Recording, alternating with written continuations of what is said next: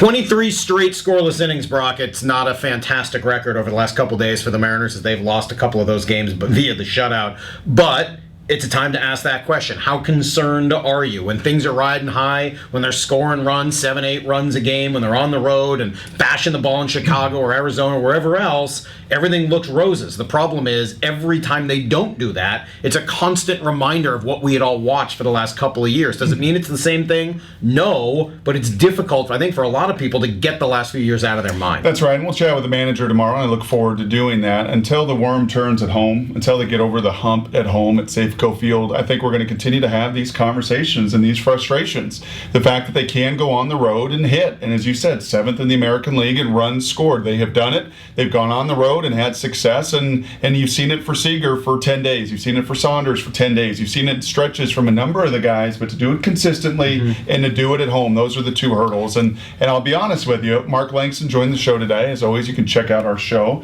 right below this podcast, the link there below. And I mean, we're just concerned within right now, right? This is just within our own house, making sure Smoke and Saunders and these guys can play. There's still some bigger fish to fry in the overall scheme. Well, again, yes, you're right. But the nice part is you can start looking ahead, and I still believe you can see something very positive on the horizon. Again, you mentioned the pitching actually has been a bigger problem than the hitting this year. 7th in runs, 11th in runs scored against. Well, all right, most of the guys giving up those runs aren't part of the future. You start thinking about a future Major League rotation of Felix Hernandez, Danny Hultzen, and then probably, Taijuan Walker, at least at the beginning, is a 3, and then some combination of Erasmo Ramirez, Hector Noesi, or maybe James Paxton as your 4 and 5. That's a power rotation. Now all of a sudden, Ackley develops into what you hope he's going to be. Montero does the same. You got a couple of stars, and maybe you go out and buy one big bat. You can see how competition is possible in a couple of years. I know it's difficult after 23 straight scoreless innings, but hopefully the pep talk helps. If you need more of a pep talk,